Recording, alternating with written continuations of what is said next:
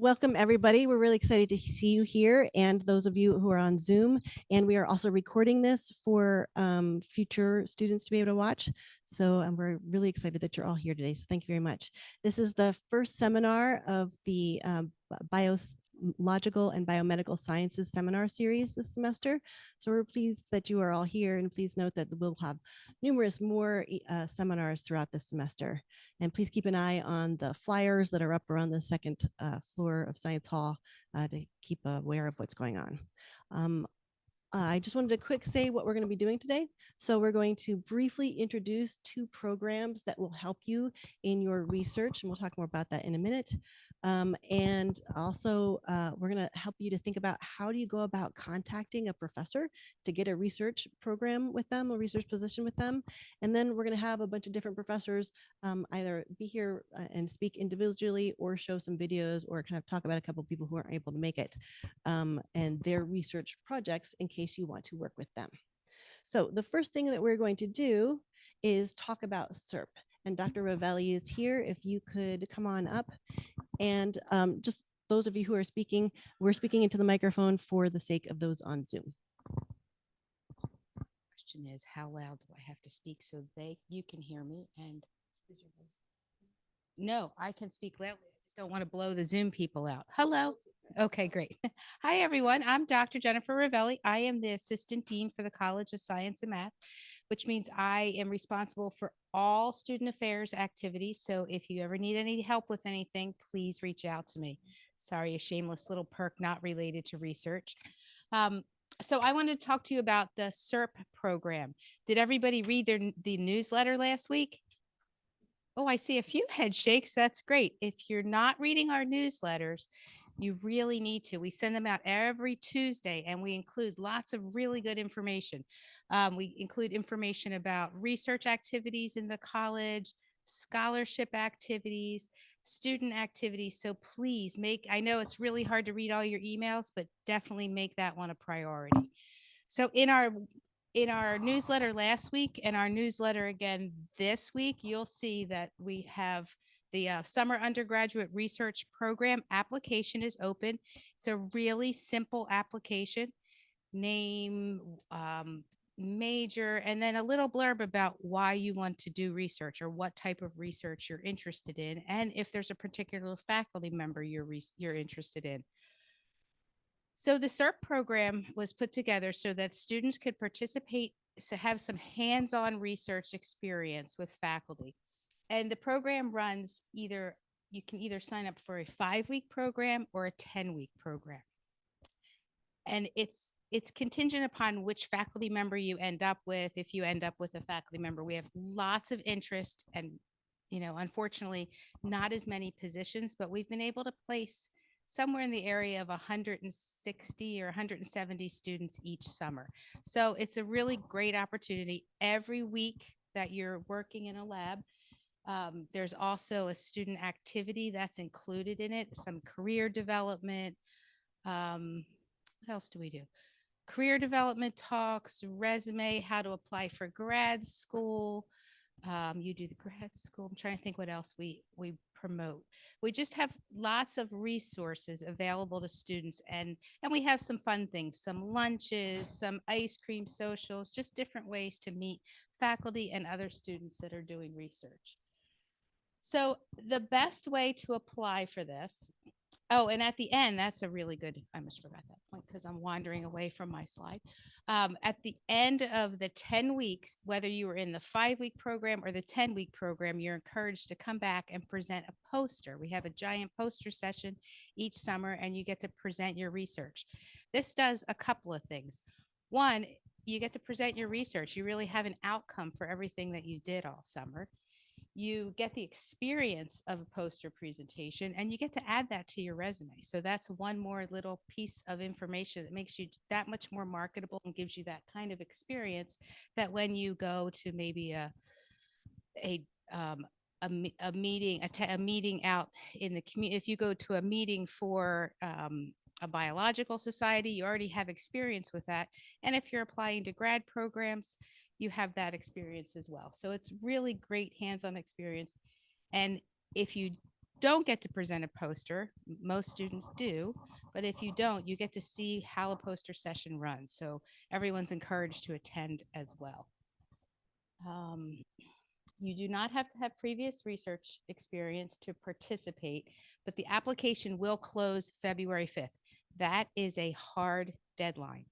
So we have to, once we get everybody's application in, we put it out in the mix, we put your name out to different faculty members, and they decide if they have space. We look at funding. We have a lot of steps in between you applying and us being able to fund it and accept you. So don't email me on February 7th and tell me, sorry, you missed it or you had a problem with your computer on February 5th.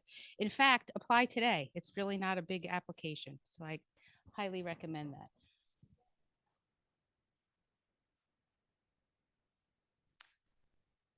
We could say midnight, but you know, I know midnight. There are a lot of people that apply at midnight. It's surprising to me. So yes, midnight is fine, but it is definitely the cutoff is February 5th. I know you're going to learn, get some more information about how to meet faculty or talk to faculty, but one of the best outcomes for participating in SURP is if you apply for research, maybe with someone you know, or there's a faculty member that you're taking a class with right now. You definitely might want to say to them, oh, I'm really interested in research. I applied for SURP. Maybe we could do something. It just is really good to put your name out there to a faculty member, because a random name on a list is much different than a face-to-face contact. Does anybody have any questions about SURP?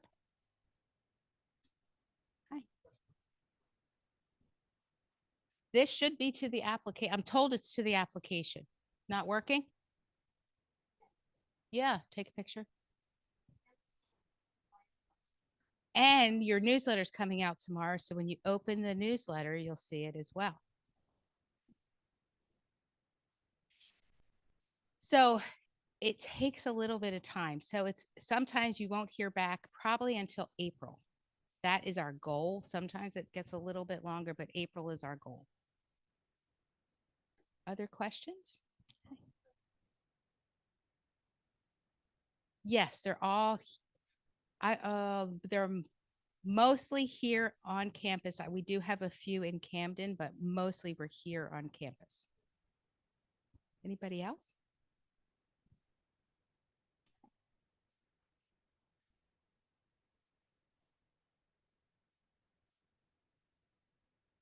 There is no real next series of application. Once you're accepted, you're accepted. You will talk with a faculty member. One of the questions that I get is, oh, I'm probably going to do something this summer. Do we know which 5 weeks I would work, or which hours complete the 20 to 25 hours? And the answer is always you work directly with your faculty member. I don't set those time frames. You can work something out with whoever's lab you end up in. So am I missing anything that students should know that we've worked with you? No? Okay. Any other questions? All right. Oh, sorry. So we don't really look, I think it's a more of a holistic approach of looking at students, looking at their majors. Many faculty don't look at GPAs because we want to make sure we give everybody a chance, but you know, GPAs always do help, but I wouldn't use that as a deterrent at all. But I think getting to know a faculty member is what's most helpful, because then a faculty member can say, I did talk with her. She really is interested. This isn't, because sometimes people just fill out an application because they think they might be interested, and then it doesn't always work out. But I think making a connection with that faculty member is the best option. Anybody else? All right, well, my email address is up there. If you have any questions, you can email me directly and I'll be happy to answer them for you. All right, thanks for your time. Read your newsletters. Thanks. Thank you. Dr. Nucci, if you could please come up.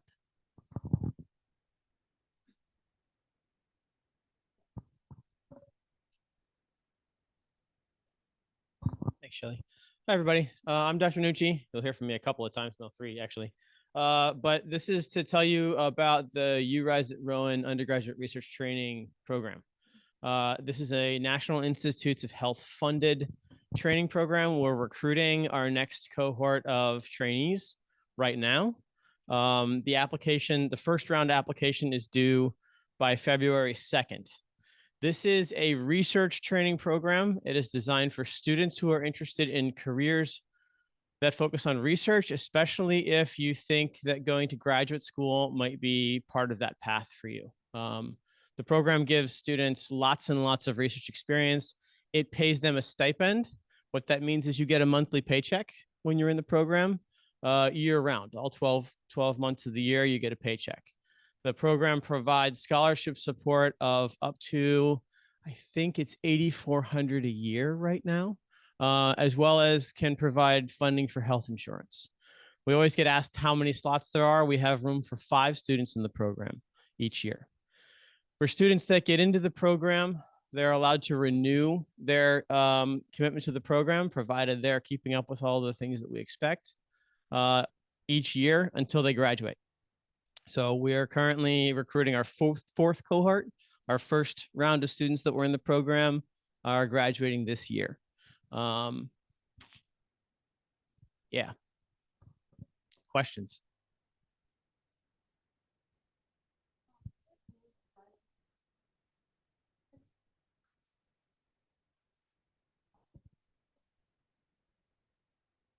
I think you miss 100% of the shots you don't take. If you're interested in the program, submit a preliminary application. Because even though the open slots that we know about right now are all for rising sophomores, there's always a possibility that one of the rising junior or rising senior positions may open up. We have had that happen in the past. So if this is a program that interests you and you're interested in a research career, submit a preliminary application. The preliminary application is super easy, doesn't take long to fill out, and we want to attract as many interested students as possible. If you're curious, there's a second round application that promising applicants will be asked to fill out. And then the final round of application of the selection process is a little interview. Because this is a program that provides the students with a lot of money and a lot of resources, and a lot of training, a lot of professional training. One thing that's not up here is there's funds for travel to conferences. There's also funds to spend a summer doing research someplace else, like at a big research institution or at a company. So the program involves tons and tons of resources for the students. So there's a couple steps of selection along the way. Other questions? Okay, hopefully you apply. Oh, go ahead. Oh, great question. So after the February 2nd deadline, we'll be sending out secondary applications to all the applicants within the next few days. And then interviews should all be done and offers out before spring break.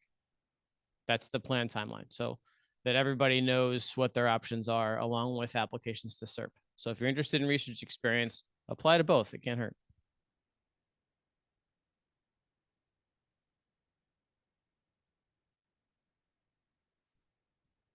There's a link to the website here. If you have any other questions, you can also email urise@rowan.edu. Thank you. And again, there's flyers all over the second floor for both URISE and SURP. Thank you both very much for coming and presenting. Appreciate it.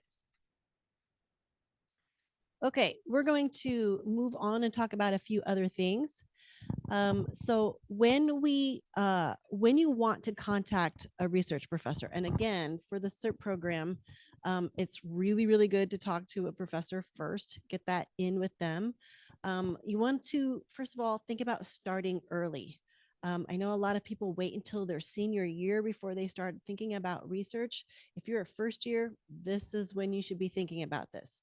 If you're a sophomore or junior, it's okay. You can still be thinking about this, but you want to start as early as possible. Could somebody close the door so it's not quite so loud coming in?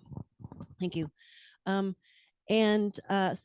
apply as early as your spring semester of your first year.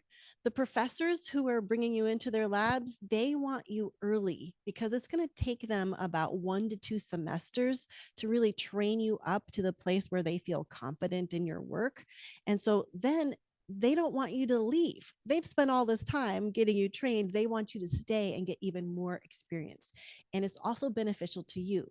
The more experience you get, the more things that are beneficial to you. So as a more experienced student, you can take on more roles. This looks very good on your resume, and you're more likely to get to a place in your research that you can present at a conference and maybe even publish your data, which is an incredible thing to get to do either of those as an undergraduate. It looks very, very good on your resume, both for applying to graduate school or medical school, going on in your education or going straight into a job.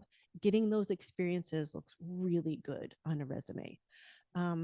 But again, if you're a sophomore or a junior, you should still be applying. You want to get that research experience before you graduate. So you want to be applying for your in the early spring semester right now for summer projects, and then you want to be applying late in the spring semester, so April, March-ish, or sorry, April, May-ish for fall positions. If you miss those, you can still try to apply really early in the fall for fall positions, but a lot of times those positions are already, the labs are already full by then. But always try, right? Like maybe something opened up so you can continue to try. Some professors will accept people coming in January in their labs, some don't. So it really depends on the professor. When you then contact a research professor, you want to do a couple of things. First of all, be really specific in your emails. Don't send a generic email that you could send to pretty much any professor, right? You want to tailor those emails specifically to the professor you are contacting. First of all, you need to find out who our research professors are, right? We have a great poster right up on the second floor, right outside the stairs. It's the welcoming one. It lists every single faculty and staff in our department. And at the bottom, it's the last line is whether or not they have a research lab. So you can look there. You can also go straight to the website, right? If you just go to your internet browser and look up Rowan BBS, click on faculty and staff, and it lists here all of our faculty and staff. And this one is all of our full-time faculty. And so I'm just going to scroll down to Dr. Krummenacher because he said that I could use him as an example. If you click on their names, you go in there and you find out more about them, the kind of research they do. And most research professors also have their own website that they go to. And on those individual websites, there can be more information up here. I'm just going to click on, okay, more information about their different kinds of research projects, or sometimes this goes straight into LinkedIn or a place that lists all of their research projects. So this is a good way to find out more about the professor that you're interested in communicating with. So explore those individual websites, learn about the kinds of research that they do. Also, another great place to go is the Rowan Research Portal. This is, again, you can just use any internet browser and write those words in, Rowan Research Portal. It will take you to this research portal. This is for all of the departments on campus, not just in CSM. So when you get here, you want to try to find out what's going on in the biological sciences. So you click on research units. And in here, again, it's listing all of these different ones. You might be interested in working with the biological sciences. You might be interested in working with chemistry. You might be interested in working with environmental science. So click on those different ones. When you click on the biological sciences and you come in here, you want to look at all of the different profiles. And here we have 10 of our members, although we have more in our department, who are showing here giving research. Again, I'm just going to use Dr. Krummenacher and click on his, again, a brief summary of his work. That's very useful for you to find out what kinds of research they're doing.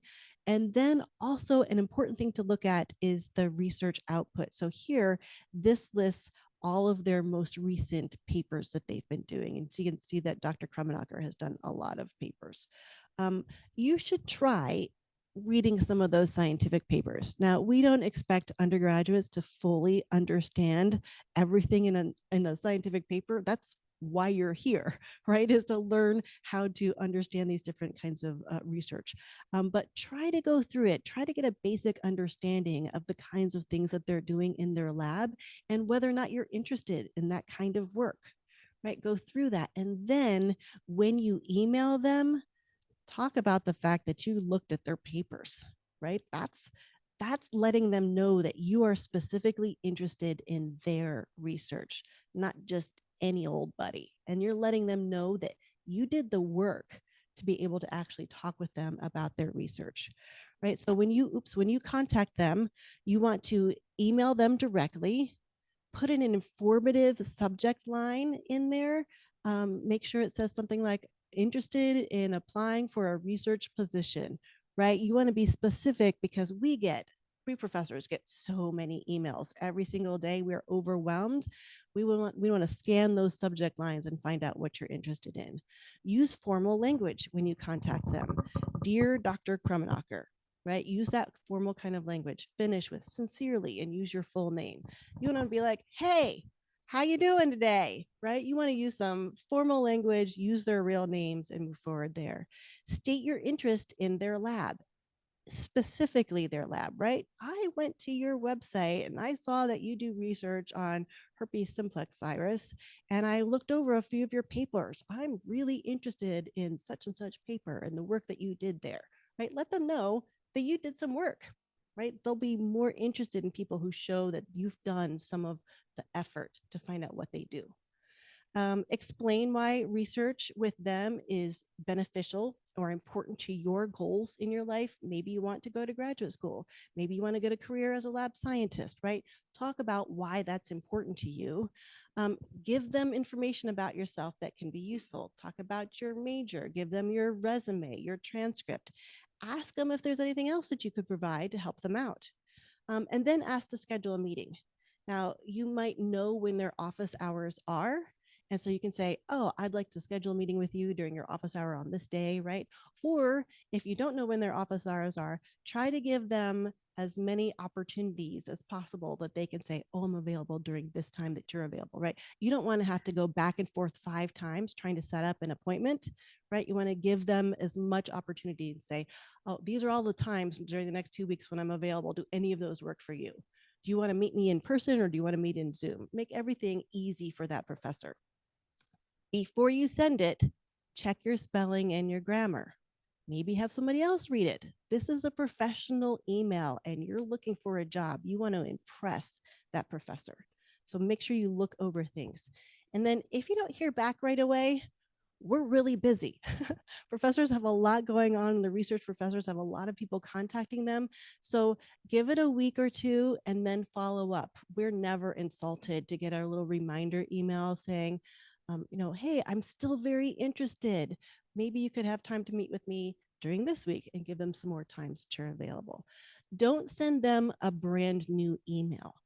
Reply to your original email so it's connected to the same thread. Sometimes your phones won't do that, so you probably ought to sit down to a regular computer and reply to it so that it stays in that email thread. And then the professor can say, oh, look, this person's really interested. They've contacted me twice already. They really want a position with me. Okay, so be thinking through those kinds of things. And again, start working on this now so that you can apply and contact your professors so that when they're making decisions about SURP, you've already made those connections with your professor. All right, we're going to now go through and talk, have different professors talk about their research. And what I'd like you to do is to hold all of your questions until the end, and then we'll have a big Q&A time. And so we're first going to start with Dr. Whiting, and he was unable to be here, so we're going to show his video.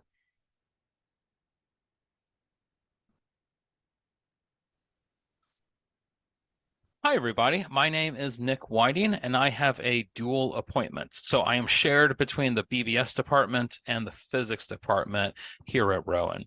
And that really speaks to the broad range of research interests for my lab. Essentially, we try to take advances in the physical sciences and apply those to a biomedical setting. And this can look like a lot of different things. For instance, one of the areas that we specialize in is developing MRI-based contrast agents to allow us to detect diseases at earlier stages when treatment is most viable. We're also interested in nanoparticles that can perform multiple tasks. For instance, quantum dots that can be used as fluorescent reporters as well as for MRI contrast agents, or other types of nanoparticles that can be used for diagnostics as well as therapeutics. And our lab is very technique development driven. So students that get experience in my lab, they get to work with their hands a lot and develop new things. In the 6.5 years I've been at Rowan, I've had about 55 or so undergraduates pass through my lab. Several have been co-authors on published manuscripts.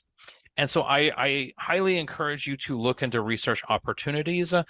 The first step on the path that led me to where I am now as a faculty member here at Rowan was getting involved in research as an undergraduate.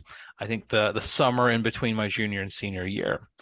Signed up for a program, got some research experience, led me on the path to graduate school and to being a professor.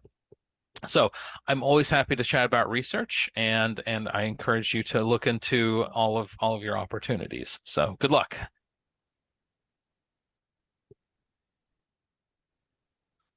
Hi.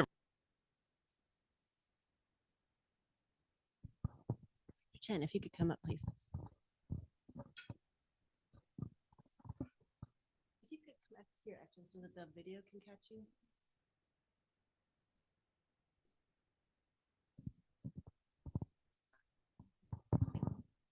So, all right.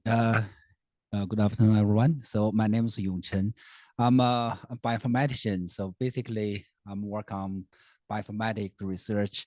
So I briefly introduce what we are doing in my lab, and encourage you to join. So if you are interested in more like data analysis. So we know so far, like there's the big data area, especially after Human Genome Project with next generation sequencing data now available. So there's the several major directions we are working on.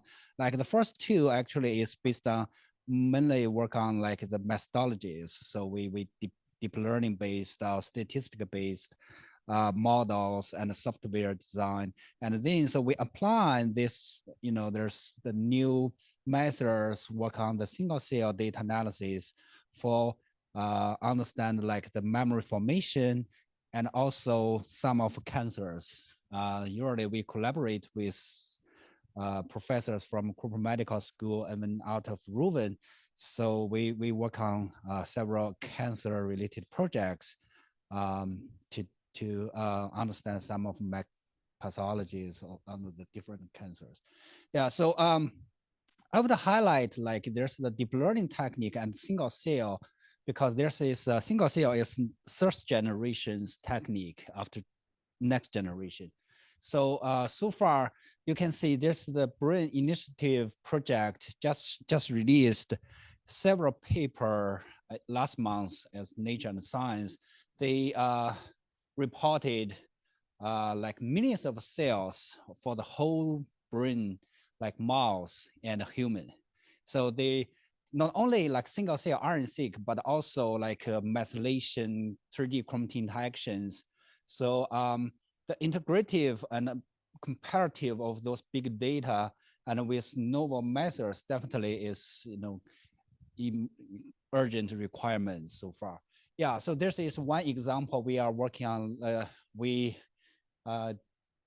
submit a paper for the data integration, actually to remove batch effects and denoising using the deep learning methods. And the paper is under review at the Journal of Advanced Science, I think. So yeah, so we also have several papers for deep learning based techniques available. Sorry, I think probably I used the 2 minutes already. Can you say one? All right, sorry. Yeah, so if you have a certain coding background, it's much welcome. Okay, so because there we definitely need for the right code for the data analysis. But if you are their background, but you want to, it's also okay. So we can start, no problem. Yeah. So there's doing what we're doing is mainly work on like single cell data analysis. Yeah. So you will work on available public software or our own pipelines, work on some of like cancer related data, mainly cancer related or like this neuron related data to understand like what is the differential expressed genes, what's the pathways, and any possible circuits for the brain or neurons like that. All right.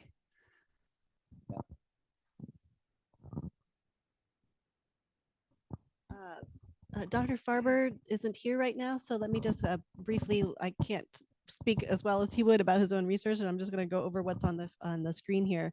So Dr. Farber is new here. We're really excited about his research. He teaches a class called Yeast Hunters, and so they are going out into the wilderness, various places that are natural out there, and looking for new yeast strands that they can apply in different ways in the lab. And he's looking especially for wild yeast that does fermentation and different there's different applications for that. He works with breweries, so he's specifically looking for yeast that can help make beer, but he'll also be approaching different yeasts in various ways. He does characterization of the lactic acid yeast, which is Philly sour, it might be familiar to you, and characterization of different kinds of barley endophytes. And then he's also teaches environmental microbiology, and he's looking at what's going on in the breweries and how is that affecting their beer production. So if you're interested in working with him, it's pretty exciting the kind of work that he's doing. Dr. Holbrook.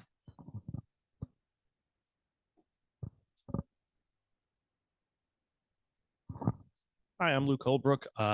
I'm a professor here in BBS.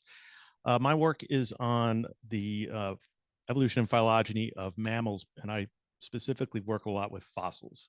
So I'm really interested in how different lineages of mammals are related to each other and what those relationships tell us about the evolutionary history of these groups, such as where did different groups originate and how did they get dispersed and distributed in various parts of the world, and when did they originate? There's a lot of interesting questions that that need fossils to address them, but also have more newer data, including data from things like DNA sequences and protein sequences.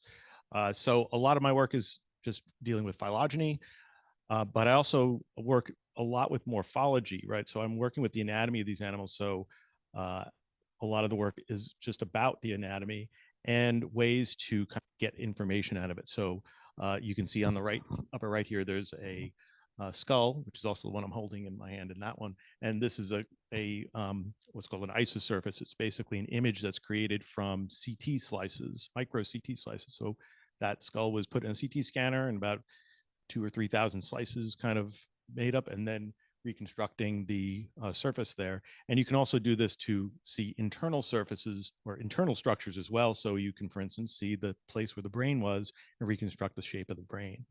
To the left of that, you can see is, so one of the things students do in my lab is they will take those data, make these surfaces, make these 3D reconstructions, and do analyses with those. On the left, there is a cast. That's actually a, another thing I'll do is I'll go to museums, I'll make molds of parts of the anatomy, usually teeth, because those are very important for mammals. And then we make casts out of those using basically just a plastic resin. And the teeth are very informative. So having a nice collections of these casts provides us with a lot of data. You can see there's a few students who are working with some of the micro CT data, developing these models that we can then use both just to be able to see the specimen. So if you work with museums, you can borrow the specimen sometimes, but they want them back. So having these CT images allows you to, non-destructively have a virtual specimen that you can always have at hand. So students will work on these the CT data or do casts, and then some of the analytical stuff we do for phylogenetics using some of those programs. They learn how to use those and apply them to potentially both molecular data and to the morphological data that we get from the fossils. Right.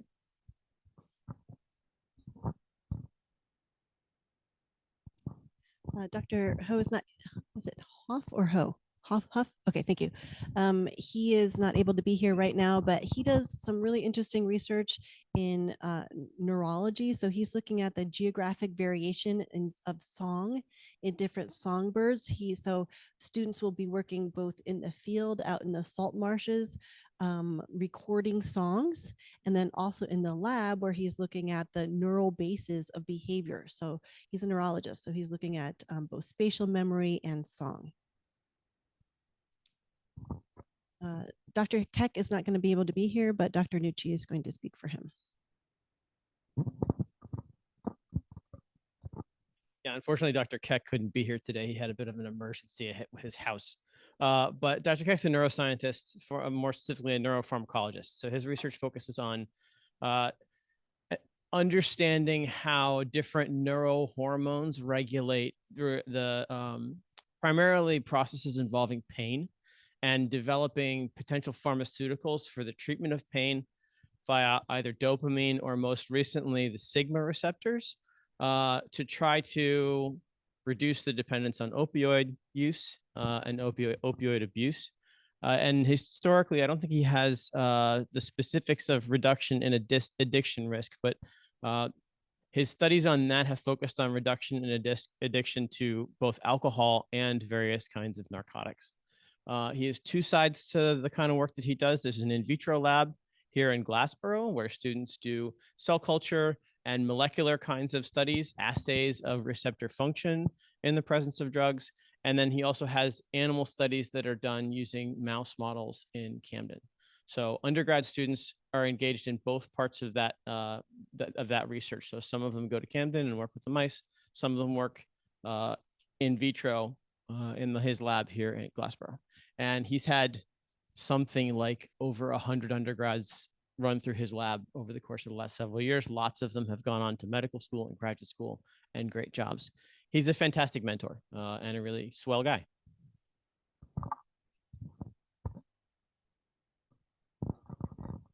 Dr. Manners is teaching a class right now, so she gave us this video. It is cut off on the end, so I apologize for that.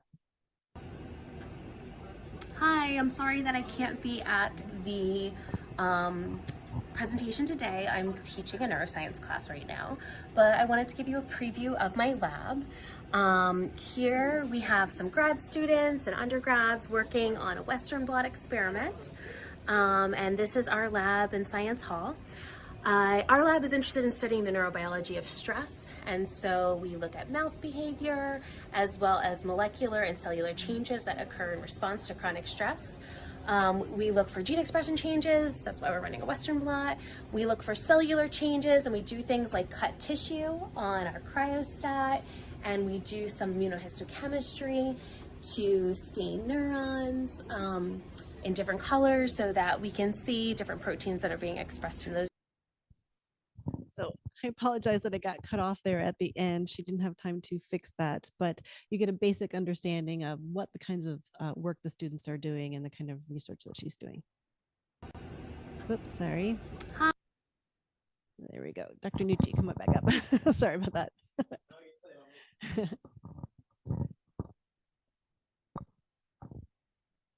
So my lab is a protein structural biology, biophysics, and nanotechnology lab. So we are super duper interdisciplinary. We do chemistry, we do biology, we do some physics, we do some computer science-based stuff, computational kinds of work. Most of our science is experimental in nature. And what I like to tell undergrads who have the opportunity to work with us is that they build a broad skill set that makes them marketable. So students in my lab typically learn how to do bacterial cell culture, mammalian cell culture, protein purification. And then we use these techniques to make the proteins that we're going to work with. And then we study them using various kinds of spectroscopy. So you get a broad range of skills. The proteins we're working with in the lab these days are a combination of model proteins that we use to ask interesting questions about how proteins work. So structure and function and the relationship between the two is where most of our scientific questions lie. Most recently, we've started working with the sigma receptors and dopamine receptors, actually in collaboration with Dr. Keck, one of the reasons I know so much about his science. And I like to focus on training undergraduates broadly. You don't just walk into my lab and learn a bunch of techniques. You learn how to do science. So students learn about experimental design. They learn how to analyze data, and they learn critical professional skills like how to talk about their science. All my students write about their science. All my students present their science. So if that sounds cool, and then like eventually you usually learn how to throw axes at some point, because that's my favorite thing to take the lab doing, is going axe throwing. So anyway, if you're interested in learning more about our science, shoot me an email or come find me. My office is 101E right down the hall here.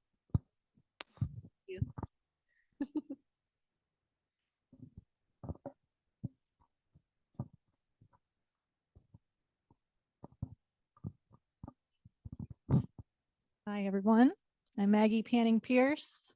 I'm new here to Rowan this academic year, so I started in the fall, but I have been faculty at other institutions since 2015. So I've worked with many graduate students and even many more undergrads during that time.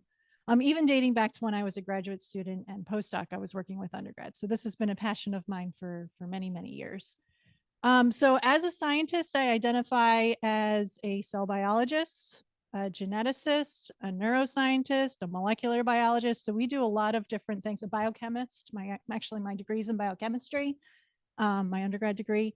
So we do a lot of different things, and we primarily focus on using those techniques in those fields in the fruit fly. So that's why there's a picture of a fruit fly up there. We use fruit flies to model human disease. So has everyone heard of Alzheimer's disease? How about Parkinson's? How about Huntington's disease? Usually I get a few less hands raised for Huntington's disease, but it is also a neurodegenerative disorder. And it's primarily the disease that we study in the lab, although we do have some work ongoing with Alzheimer's disease. So you may be asking, what could we possibly learn about human disease from a fruit fly? Well, actually, we can learn a lot. Fruit flies, as you can see up here, at the top also have a brain. That brain contains the same cell types that our brain contains, which is neurons and glia. And what we're interested in studying is how those different cell types communicate with one another in the context of these diseases. So we're trying to understand what's going wrong between neurons and glial cells, how they're communicating, how they're interacting with one another. We do a lot of microscopy. So you can see one of my former graduate students here working with fruit flies at these microscopes. We dissect the brains out of the fruit flies. So you can imagine the fruit flies in your kitchen. Those are the same fruit flies that we're using in the lab and dissecting brains. And you will get to do that if you work in my lab, and making beautiful images like the ones at the top using fluorescence microscopy. So like I said, I've worked with many, many undergrads over the years. I find it very rewarding, both during the school year, but especially during the summer. So I'm looking for students who want to join the lab, not only work with us while you're taking classes, but can spend more time during the summer.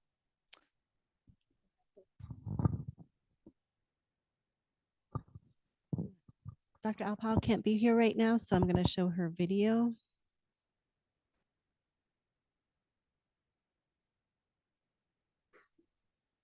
Hello, my name is Dr. Alpa. I'm a cancer biologist, and my lab studies breast cancer. More specifically, it studies inflammatory breast cancer.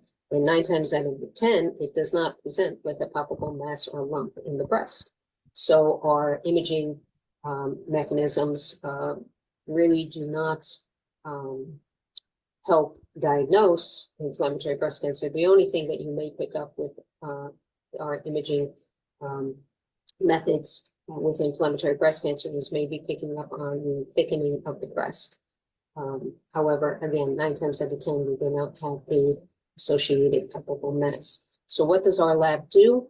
Well, what we do is use a mouse model, which is a patient-derived xenograft or mouse model of inflammatory breast cancer, to better understand what makes this type of breast cancer so efficient at metastasis. We also have other projects that deal with improving diagnosis of inflammatory breast cancer, trying to develop a tissue biopsy means of diagnosis, which would lend itself to a more objective diagnostic criteria rather than the subjective clinical presentation.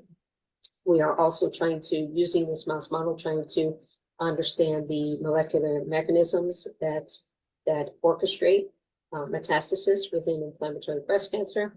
A lot of our focus has to do with trying to understand, by understanding these molecular mechanisms, possibly identifying them, we can devise some targeted therapeutics for inflammatory breast cancer, trying to improve clinical outcomes for patients and improve that 5-year survival rates. So that really is the science within our lab, and I thank you for your time. Thank you.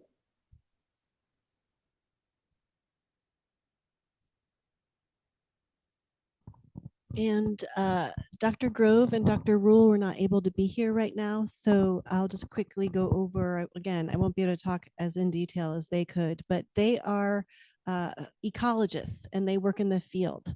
So as students, you would be both working in the field and working in the lab. So in the field, they go out and they do collections at the edges. They're called the edge lab because they're working at the edge between the terrestrial systems and the aquatic systems in the region. They're looking at the zooplankton population dynamics in local reserves around here, especially as they are affected by the different harmful cyanobacteria blooms that occur and the local wind patterns. And it looks like that's what they'll be emphasizing this summer. And so they are both doing community ecology, so looking at the full spectrum of many different relationships and species working together and the abiotic influences and biotic influences on them. So again, I encourage you to contact either one of them. Dr. Heindel is not able to be here, but he made a video.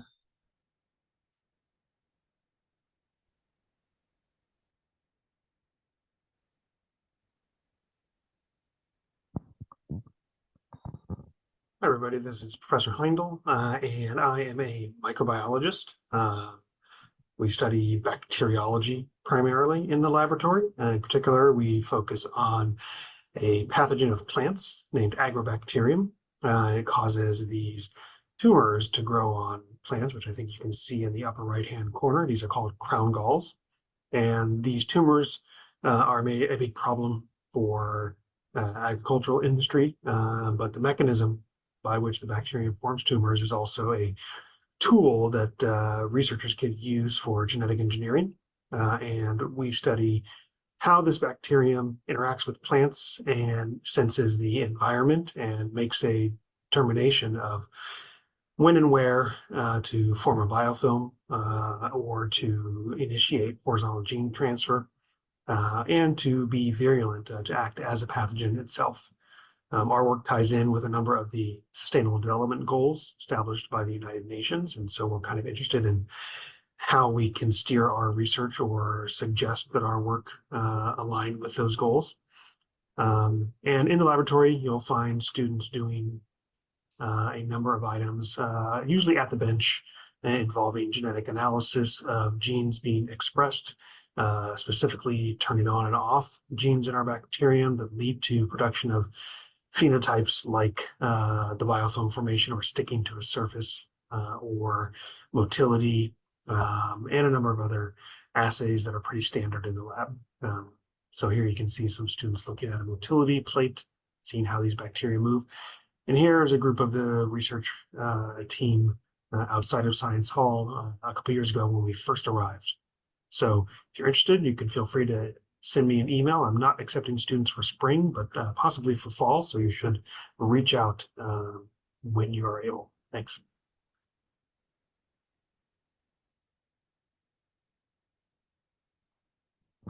Okay, we do have a number of faculty who are on leave right now, being on sabbatical or for other reasons. I just wanted to point out some of the things that they do. Dr. Krummenacher, he works with antiviral peptides and small molecules that are working against the human herpes simplex virus 1 and those against the feline coronaviruses and herpes virus. He's also looking at the role of cell adhesion molecules that are called nectins specifically in the cancer innate immunity. He's on leave right now, so he's not accepting students right now for spring or this summer, but he is accepting in the fall. So again, send him an email. He's very excited to hear from you. We also have Dr. Richmond. She is doing some field work. Again, she's not accepting new students this spring or summer, but you should contact her for the fall. She does ecological modeling of a major pest species in wheat crops. She's looking at the wheat stem sawflies. Sawflies are related to bees and wasps and ants. And she's looking at various things. So one of the things she's looking at is exploring integrated pest management, which is a way to reduce your use of pesticides in a really holistic manner. And so she's looking at things like crop rotation, planting sawfly resistant varieties, and looking at some of the biological controls that you can bring in to take care of the pest species. So again, I encourage you to contact her for fall work. We have some others who are totally on leave, so they didn't create any slides for us. Dr. Caputo, Dr. Carone, and Dr. Cruz are all on leave. And we have several others who are unable to be here or make slides. So I encourage you to, again, look at our website or that bulletin board to find out the rest of our researchers who are available. Now we're going to have some time to answer any questions about URISE, our research faculty, and we also have an undergraduate research student who has been working for a few years in a lab, and she is going to be here to answer any questions also. If I could have all of you come up here just to be able to talk about different things.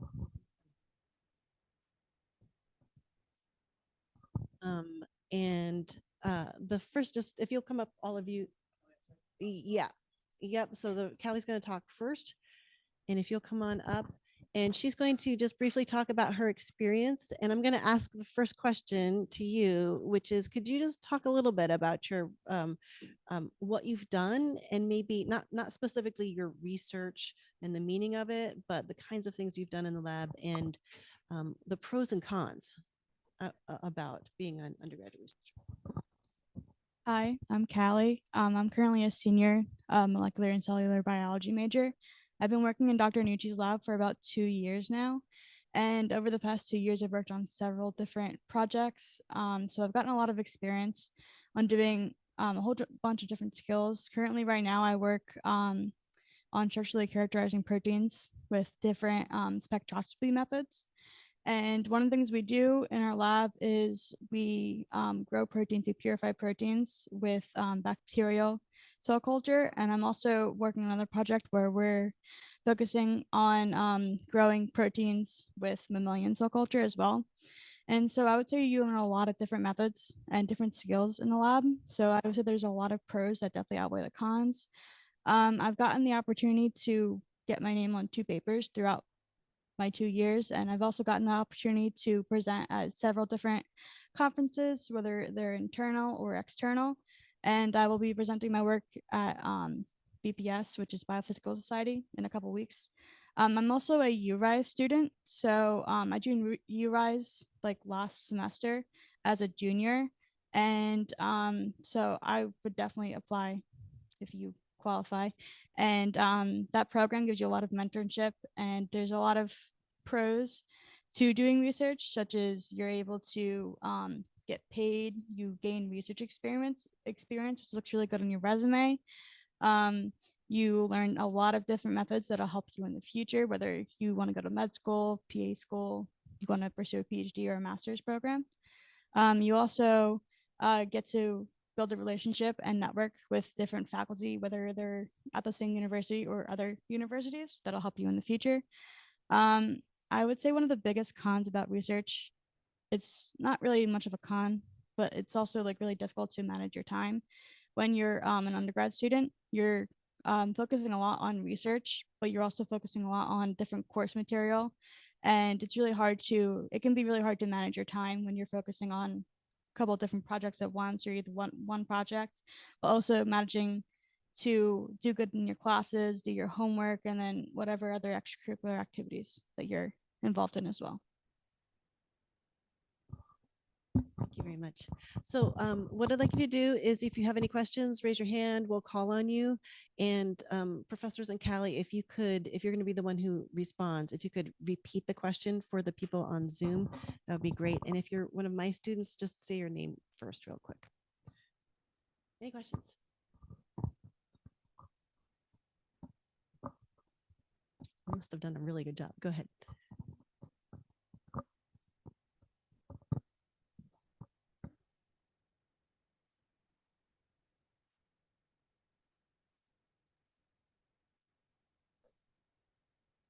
So the question was if my major in molecular and cellular biology prepared me for the work that I do in my lab. So I just want to start off that I was originally a translational biomedical science major, and that major itself requires you to do four research semesters of research for credit. And I actually switched to a molecular and cellular biology major, so I didn't start off my undergraduate as that major. But so that the MCB major still requires you to do 2 semesters of research. So that'll help you get into a lab. And then I would definitely say that the research that I do in my lab overlaps with a lot of my classes, which is really helpful. I learned a lot of things that helped me to do good in my classes. Like a lot of the material that I learned recently, especially in certain classes like biochemistry, cell biology, those things overlap with the research I do now.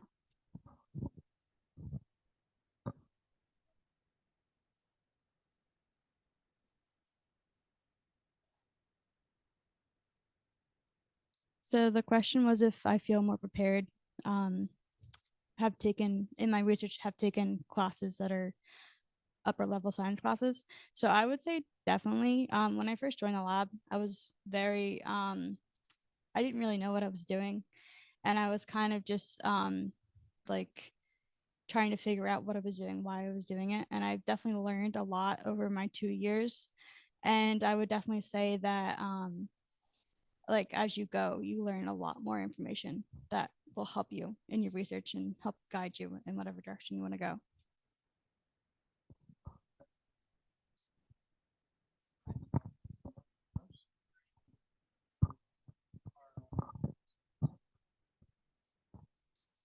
So it really just depends on professor to professor, but Dr. Nucci is extremely lenient. So when I first joined research, I was doing it for credit, and then he offered to pay me. So at that time, I was getting paid and doing credit. So I was doing probably about 20 hours a week during the school year, which was definitely hard, but it was definitely worth it. But it really just depends on I would say that most professors would be lenient because it's really hard to manage time while also doing research, but I would definitely say that the professors are more lenient.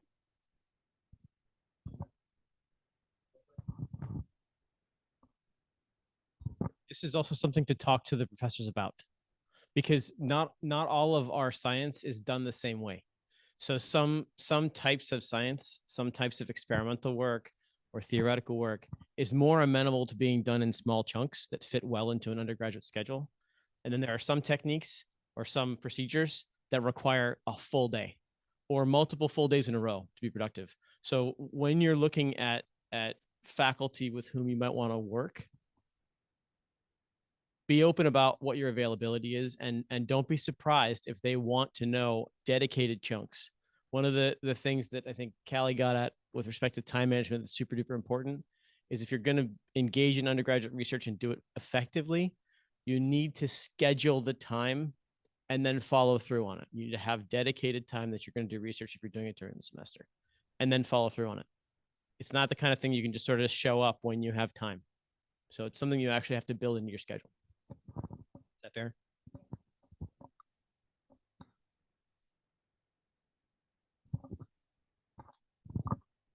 Was that a stretch or a hand? It was a stretch. Okay. Yes, Steve.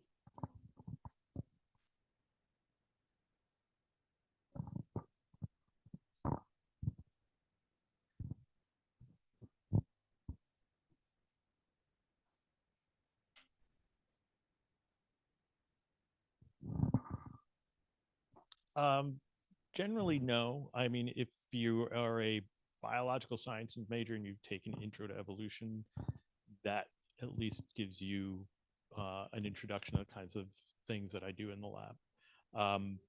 If you've taken a course like advanced evolution or something like that, or even a course like mammalogy or comparative vertebrate anatomy, those are great, but I don't expect that a student is going to have taken those when they start in the lab. I mean, one of the things that we stressed in the presentation is we want to start early, right? So we don't want to put up more barriers to you starting than we need to. So, you know, if you haven't had particular coursework, that isn't necessarily going to like impede you in terms of being able to be successful in the lab. Any other questions?